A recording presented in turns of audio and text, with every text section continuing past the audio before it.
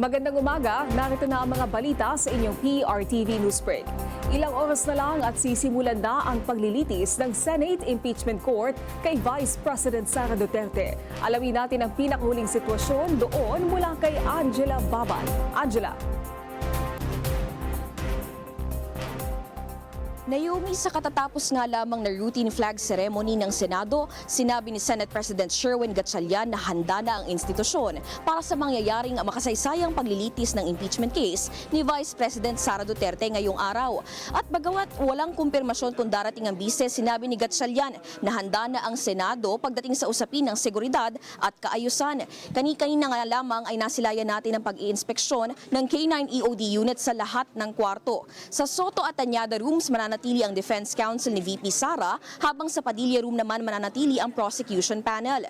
Sa labas ng Senado, sarado na ang north and southbound lanes ng Jokno Boulevard. Samantala, wala namang binanggit si Senate President Gatchalian kung may kumpirmasyon na darating ang minority block. Pero anya, ang pagdating ni Senator Robin Padilla doon sa nangyaring caucus noong nakaraan ay isang magandang indikasyon ng kooperasyon ng minority block para nga doon sa paglilitis mamayang hapon.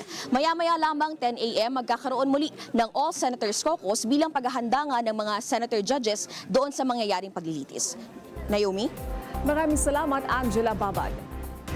Tanging mga patakaran at legal na proseso ang tatalakayin ng Senate Impeachment Court at walang isasalang na testigo sa unang araw ng paglilitis kay Vice President Sara Duterte. Ayon kay House Panel spokesperson at dating Surigao del Norte Representative Robert Ace Barbers, nakatuon ang araw na ito sa paghimay sa technical details para maging maayos ang takbo ng buong paglilitis. Kasama din ang entry of appearance sa mga abogadong hahawak sa magkabilang panig. Pagpapasyahan din kung paano maghahain ang kanyang plead si VP Sara. Gayun din ang pagresolba sa mga preliminary legal issues bago ang pagpresenta ng ebidensya. Sabi pa ni Barbers, hindi paligsahan sa debate ang impeachment trial kundi isang legal na proseso. Nagsagawa ng anti-corruption run ang mga joggers sa Ayala Avenue sa Makati upang hilingin ang pananagutan ni Vice President Sara Duterte. Suot ang mga damit na nananawagan laban sa katiwalian at korupsyon na nakasaad din sa mga bitbit na banner at stickers na ipinamahagi ng mga kalahok. Nagsimula ang takbo laban sa korupsyon sa Paseo de Rojas at Makati Avenue at tumungo sa direksyon ng monumento ni Ninoy Aquino at binagtas ang kahabaan ng Ayala Avenue. Ayon kay Nika Dumlao, organizer ng Outrun Movement, inaasahan nilang matutuloy na ang paglilitis ngayong araw ng walang pagkakaantala.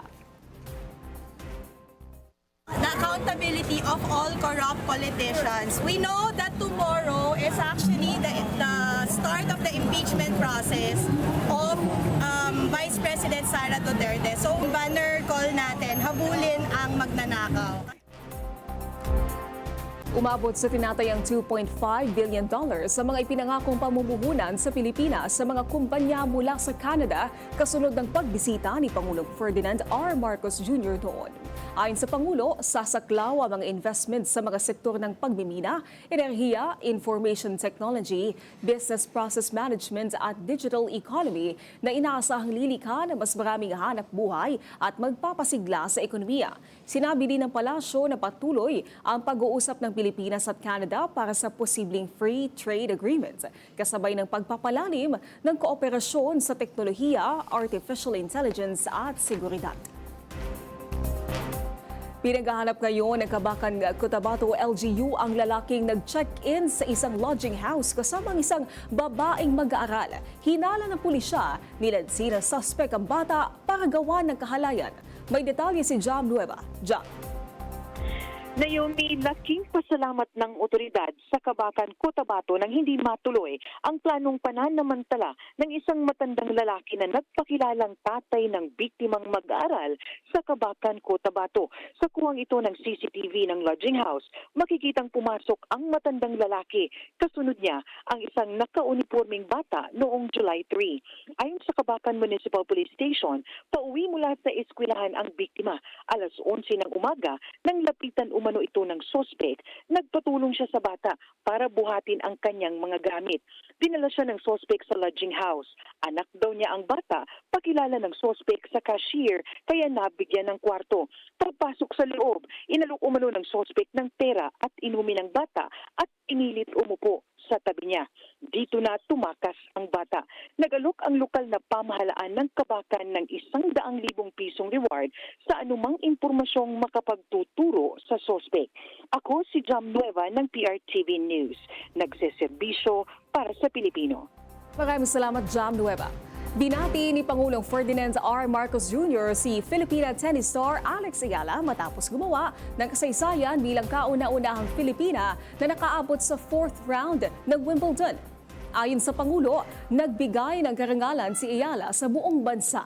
Naging inspirasyon sa mga kabataang Pilipino na kayang makipagsabayan ang talento at galing at pumantay sa pinakamagagaling na atleta sa buong mundo. At higit sa lahat, kayang maabot ang matayog na pangarap. Nagtala si Ayala ng panibagong tagumpay matapos talunin ang defending champion na si Iga Swiatek ng Poland sa ikatlong round ng torneo. Sunod na makakaharap ni Ayala ang 13th seed na si Jasmine Paolini ng Italy para sa pwesto sa quarterfinals.